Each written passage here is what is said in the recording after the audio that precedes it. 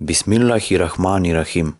Вие го слушате третиот дел од книгата на муслиманите во светот со љубов, напишано дело од Хазрети Мирза Тахир Ахмад, Халифатул Месих IV.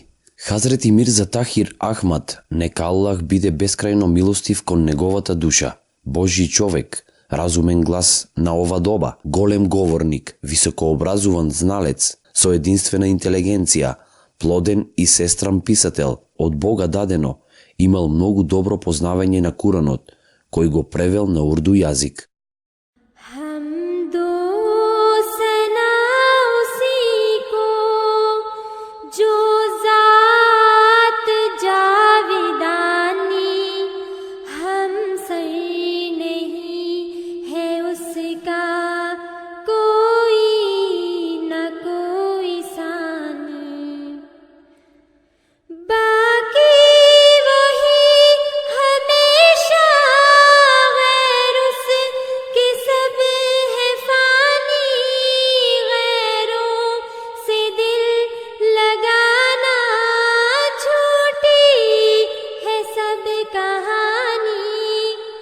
Непријателството против поранешните муслимански зналци. Сега се враќаме на едниот аспект на прашањето вклучено во оваа расправа. Иако од проучувањето на исламската историја можете да најдете друг пример, дека целиот исламски уммет ги здружил силите против една единствена муслиманска заедница, не е точно да се тврди дека целиот муслимански уммет останал обединет, дури и во интерпретацијата на основните верувања. Освен тоа, погрешно е да се замисли дека поранешните муслимански побожни луѓе никогаш не биле третирани со такво неприкосновено непријателство, како што бил основачот на Ахмадија муслиманскиот џемаат и како неговите приврзаници се третирани денес. Всушност, секој непристрасен студент на исламската историја мора да извлече трагичен заклучок дека во секој период и во секое столетие на исламската историја улемот на таа доба за своја мета ги земале некои од тогашните побожни луѓе и зналци и ги третирале со таква свирепост, што доведува до тоа да се наежиш при читањето на ваквите кажувања. Од друга страна, повторно работата е чудна што сите овие прогонувани зналци секое столетие подоцна во очите на потомците станувале најголеми синови на исламот на ова доба. Следуваат примери кои ги покажуваат ваквите карактеристични случаи. Прв век по хиџра. Третиот халифа, Хазрети Осман, четвртиот халифа, Хазрети Али и имам Хусеин, нека Аллах биде задоволен со нив, сите биле обележани како заверници и отпадници од еден дел од лицемерните улеми. Втор век по хиџра. Големите суфии од Багдад, Мухамед Ал-Факих, имам Малик бин Анас и имам Шафии, сите биле високо образовани зналци и побожни луѓе, кои биле обележани како отпадници и заверници. Имам Абу Ханифа, основач на Ханефи училиштето за право, бил одбележан како отпадник и неверник. Бил уапсен, мачен и отруен. Умрел во затворот додека се клањал.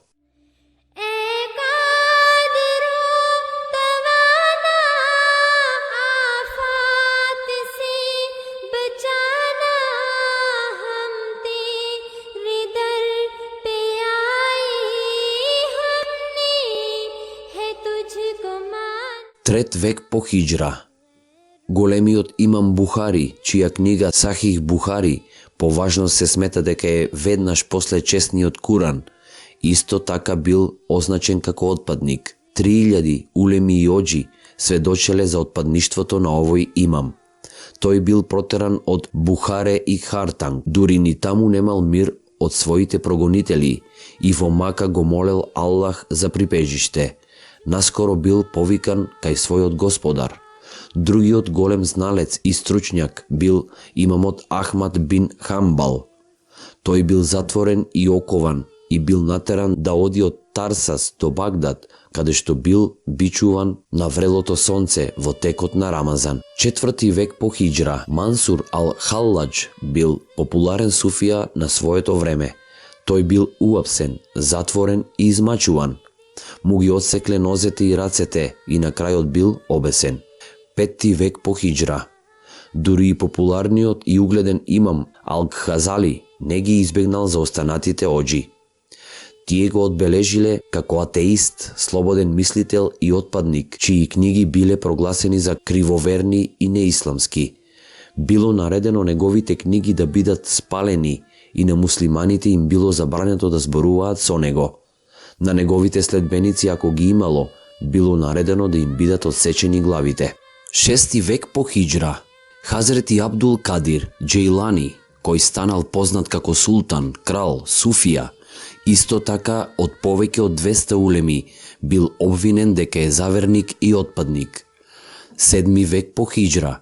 Шеик Абдул Хасан Шазли и шеик Азиз бин Абдус Селам, и двајцата биле признати суфии, побожни луѓе и писатели, но сепак биле прогласени за кривоверци. Назим Уддин Аулија, султан, крал на побожните луѓе, познат во Индија, исто така бил одбележан како кривоверник. Имам Ибн Етајмијах бил високо ценет зналец, кој долго време бил затворен и мачен во Египет, умрел во затворот. Шемс Табреис бил угледен побожен човек на своето време и бил учител на многумина кои подоцна станале популарни побожни луѓе. Тој бил жив одран.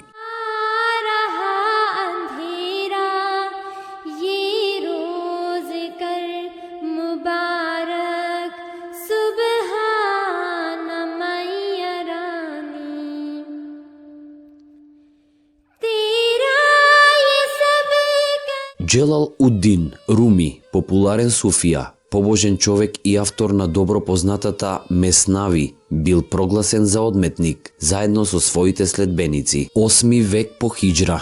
Прекарот кривоверник во овој век го добиле и две важни личности. Едната бил имам Ибн Екаим, кој бил затворен, понижуван и бичуван и мачен.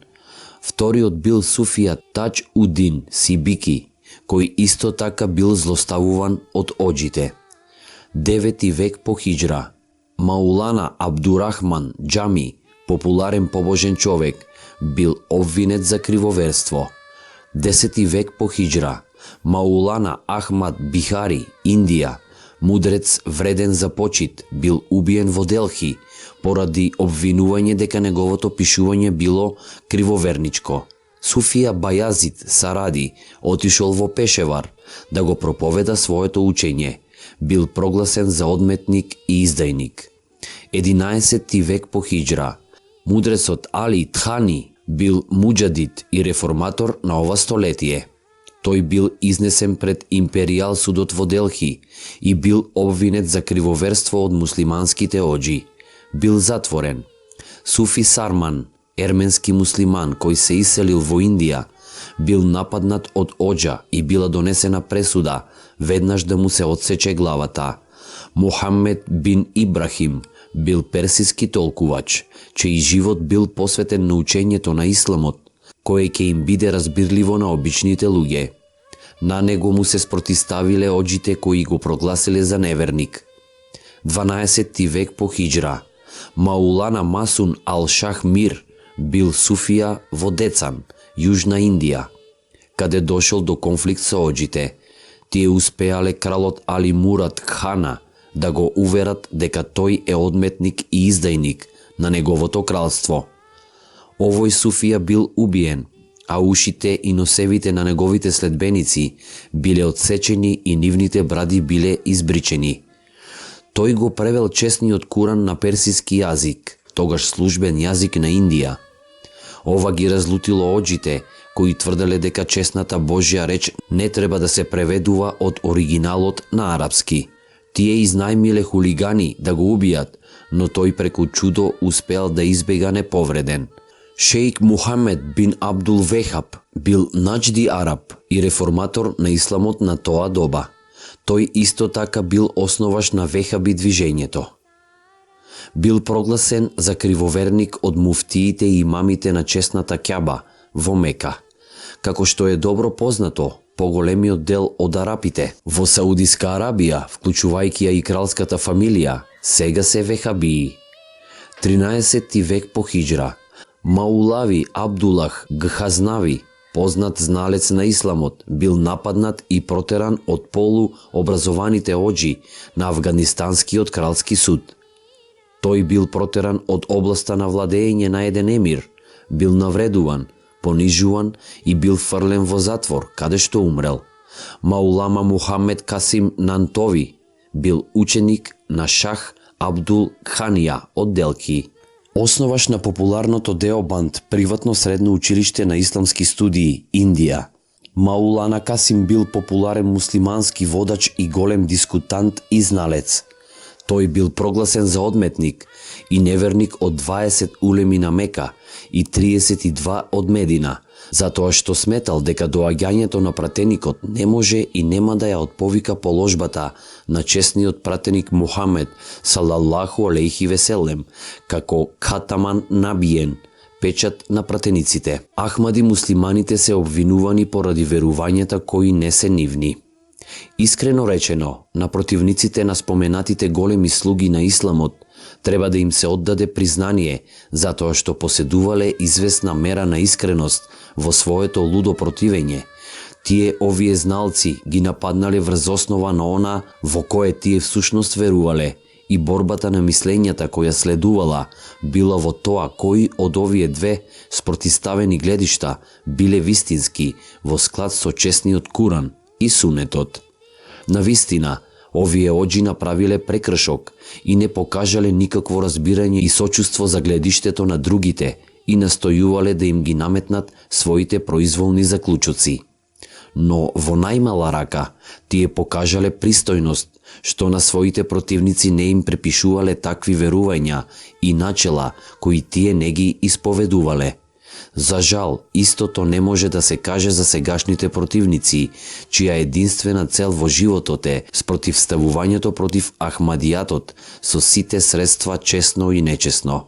Ова не подсетува на историјата на пратениците и третманот кој го имале од страна на своите непријатели, посебно непријателите на чесниот пратеник Мухамед салаллаху алейхи веселем. Вистинитоста за Хазрети Мирза Гулам Ахмад треба да биде просудена врз основа на чесниот Куран. Постои уште еден начин како да ја истражиме и темелно да ја испитаме вистината, или на друг начин, тврдењето дека Хазрети Мирза Гулам Ахмад бил одреден од Бога. Треба да се проучува чесниот Куран од аспект на таквите спорни прашања и да се бара светлина и упатства од самата Божја реч.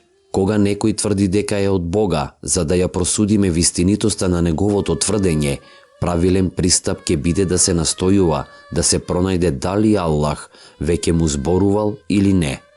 Неговото тврдење треба да биде прифатено или одбиено, како што треба да биде. Но одбивањето не треба да значи физички напад врз него и врз оние кои го прифаќаат неговото тврдење. Всушност, ова е исправна постапка пропишана од чесниот Куран, која треба да биде прифатена од заедницата, која од ваквите луѓе е повикана кон Бога. Навистина, оваа ситуација не е нова и чесниот Куран во поглед на историјата на ваквите луѓе им дава многу јасни и недвосмислени упатства. Кога било кој тврди дека е од Бога, како тогаш тој треба да биде третиран од оние кои им се обраќа? Ова е главното прашање кое треба да биде решено пред да продолжиме понатаму. Упатства од чесниот Куран. Чесниот Куран е многу јасен во тоа. Кога Муса алейхи селам му се обратил на фараонот и на неговиот народ и тврдел дека е Божји пратеник, нивната моментална реакција била желбата да го убијат поради тоа лажно тврдење. Оваа ситуација ни дава многу интересна поука. Ако било кој тврди дека е Божји пратеник, а луѓето веруваат дека дефинитивно е невистинит, дали имаат право да ја убијат или на друг начин да ја казнат ваквата личност? Истото прашање е поставено и во чесниот Куран, во поглед на споменатата ситуација и категорички е одговорено еднаш за секогаш. Кога старешините на народот на фараонот му ковале завера да го убијат Муса, еден мудар човек помеѓу нив, кој тајно верувал во Муса, строго им советувал да се воздржат од ваквата лудост. Силниот аргумент кој им го образложил бил: Муса или е вистинит во своето тврдење или не е. Нема трета можност. Ако тој е невистинит, тогаш тој направил прекршок против Бога и затоа останува на Бог да го казни. Тој ќе биде казнет за својот прекршок, а не вие. Зошто тогаш се вознемирувате? Но исто така запомнете го и ова. Ако се случи тој да биде во право, тогаш Божиот гнев, кој тој го ветил, сигурно ќе ве задеси. Ова навистина е мудар совет, колку логичен и колку праведен. Совет кој бил сметан за вреден за да биде забележан во неговата вечна книга, честниот Куран. Овој совет е вреден и денес, како што бил во времето на Муса алейхи селам. Случајот со тврдењето на Мирза Гулам Ахмад припаѓа на оваа категорија и треба да биде исто третиран од сите оние кои имаат било каква почит кон Божјата реч.